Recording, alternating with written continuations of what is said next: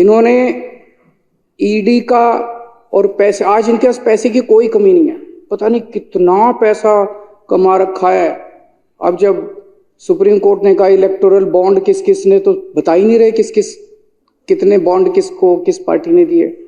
और ये तो 1 नंबर का पैसा जो इलेक्टोरल बॉन्ड से 2 नंबर का पता नहीं कितना पैसा का, एक एक एमएलए 25 करोड़ 50 करोड़ 100 करोड़ में एमएलए खरीद रहे हैं पूरे देश के अंदर जाके। इन्होंने उत्तराखंड की सरकार गिरा दी, उत्तराखंड में लोगों ने कांग्रेस की सरकार बनाई, हरीश रावत की सरकार बनाई, एमएलए खरीद के एमएलए तोड़ के इन्होंने उत्तराखंड की सरकार गिरा दी। इन्होंने कर्नाटक की सरकार गिरा दी, इन्होंने मध्य प्रदेश की सरकार गिरा दी, इन्होंने गोवा की सरकार गिरा दी, इन्होंने अरुणाचल प्रदेश की सरकार गिरा दी, अब हिमाचल प्रदेश की सरकार गिराने जा रहे हैं थोड़े दिन के अंदर।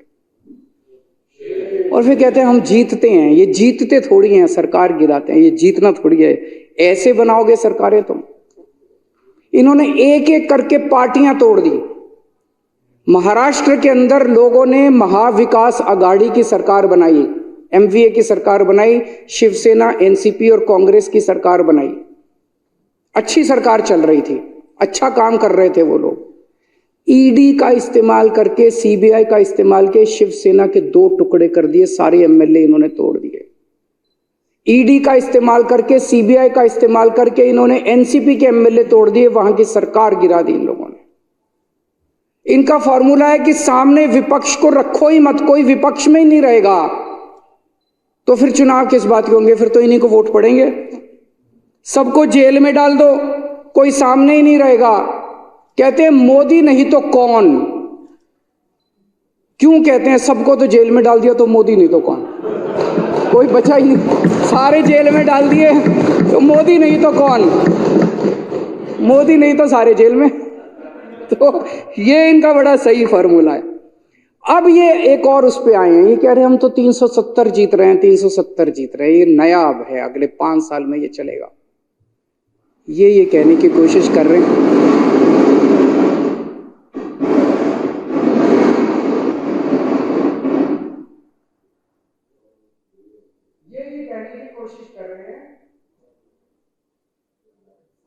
ये कहने की कोशिश कर रहे हैं कि अब हमें इस देश के 140 करोड़ लोगों की जरूरत नहीं है, अब तुम्हारे वोट की जरूरत नहीं है।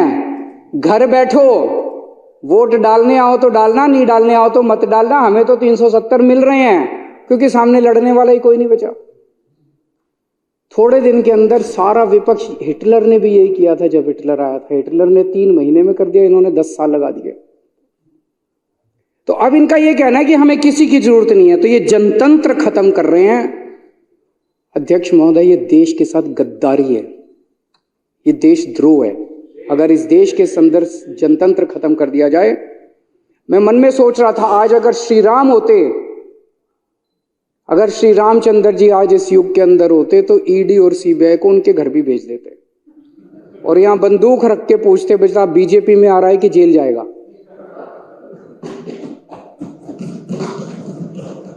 और अब ये आम आदमी पार्टी को तोड़ने में लगे हुए हैं, आम आदमी पार्टी को क्रश करना चाहते हैं, क्योंकि आम आदमी पार्टी भविष्य में इनको चैलेंज कर सकती है, देश के अंदर चैलेंज कर सकती है, अलग अलग राज्यों के अंदर चैलेंज कर सकती है।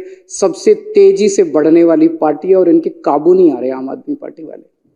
इन्होंने मनीष सिसोदिया जी को जेल में डाल दिया, इन्होंने सत्येंद्र जैन जी को जेल में डाल दिया, इन्होंने संजय सिंह को जेल में डाल दिया, अब ये मुझे जेल में डालने की तैयारी कर रहे हैं। पूरा चारा केजरीवाल को जेल में डालेंगे, केजरीवाल पूरी प्लानिंग कर रखी है। मैं बीजेपी वाले से बात कर रहा था, बीजेपी में कई दोस्त हैं, अच्छे लोग भी हैं बीजेपी में, सारे खराब नहीं है। तो बीजेपी वाले से बात कर रहा था, वो बोले जी पूरी प्लानिंग है, आपको जेल में डालेंगे, आपकी सरकार गिराएंगे, सरकार गिराने के बाद सबसे पहला काम करेंगे ये जो बिजली फ्री कर रखी है ना, इसको बंद करेंगे दिल्ली के अंदर। मैंने कहा क्यों, ऐसा क्यों करोगे? बोले पूरे देश में तकलीफ हो रही है, किसी भी बीजेपी के राज्य में बिजली मुफ्त नहीं है। आपने दिल्ली में कर दी, अब पंजाब में कर दी, जहां जाओगे आप बिजली मुफ्त का दावा करते हो, हम तो नहीं कर सकते, हम तो पैसे खाते हैं, इतना बजट कहां से आएगा भाई? पैसे भी खा ले और बिजली भी मुफ्त कर दे, दोनों तो नहीं हो सकते। तो बिजली मुफ्त को सबसे पहले बिजली मुफ्त खत्म करेंगे, फिर ये तुम्हारे स्कूल खराब करेंगे, ये जो तुमने स्कूल बना, बोलो हमसे तो होते नहीं है, दूसरे बीजेपी ना गुजरात में कर सके, ना मध्य प्रदेश में कर सके, ना राजस्थान में, हमसे तो होते नहीं है। फिर स्कूल खराब करेंगे, फिर मोहल्ला क्लिनिक बंद करेंगे और फिर अस्पताल बंद करेंगे। पूरी प्लानिंग कर रखी है बीजेपी वालों ने। केजरीवाल को गिरफ्तार करेंगे और उसके बाद दिल्ली को बर्बाद करेंगे। मेरे को इतने नोटिस भेज दिए, इतने नोटिस भेज, सारी एजेंसी, जैसे देश का सबसे बड़ा आतंकवादी केजरीवाल है। मैं मन में सोचता हूं यार 2-4 आतंकवादियों को भी नोटिस भेज लो, सारे नोटिस। 8 सम्मन आ गए मेरे पास, ईडी के 8 सम्मन। अब बता रहे 9वां भी आने वाला रास्ते में है।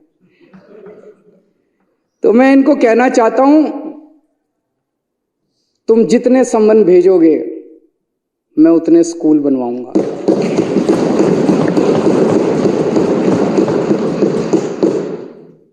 आज मैं इस सदन के अंदर घोषणा करना चाहता हूं कि 8 सम्मन आए हैं, 8 नए स्कूल दिल्ली के अंदर बनाए जाएंगे।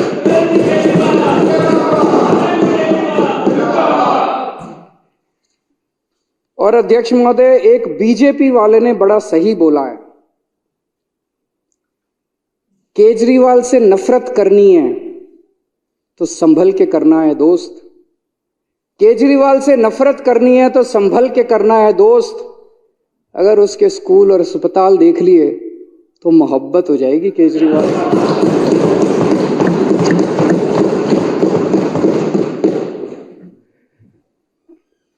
अध्यक्ष महोदय, अमेरिका में एक यूनिवर्सिटी है, कोलंबिया यूनिवर्सिटी, दुनिया की सबसे अच्छी यूनिवर्सिटीज में से एक है। कोलंबिया यूनिवर्सिटी में अगर आप जाएं तो कोलंबिया यूनिवर्सिटी के एंट्रेंस के ऊपर आपको एक बहुत बड़ा बुत एक महापुरुष का मिलता है। पूरी दुनिया के अंदर कोलंबिया यूनिवर्सिटी को एक ही महापुरुष मिला। कौन है? बाबा साहब अम्बेडकर का बुत। बाबा साहब अम्बेडकर 1915 में 13 या 15 के आसपास कोलंबिया यूनिवर्सिटी 1913 में कोलंबिया यूनिवर्सिटी पढ़ने के लिए गए थे। तो कोलंबिया यूनिवर्सिटी का कहना था कि अभी तक जितने 100-125 साल की पुरानी यूनिवर्सिटी है, जितने लोग पढ़ने के लिए आए, उसमें सबसे बेस्ट स्टूडेंट हमारा बाबा साहब अम्बेडकर थे।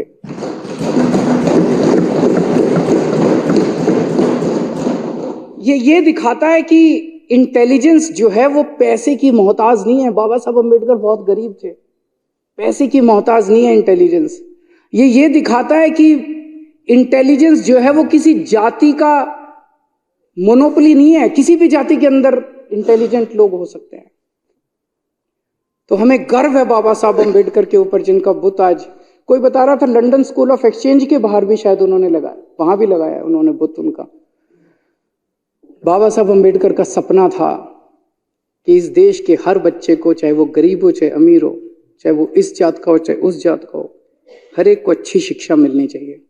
आज उनका ये सपना, मुझे बेहद खुशी है।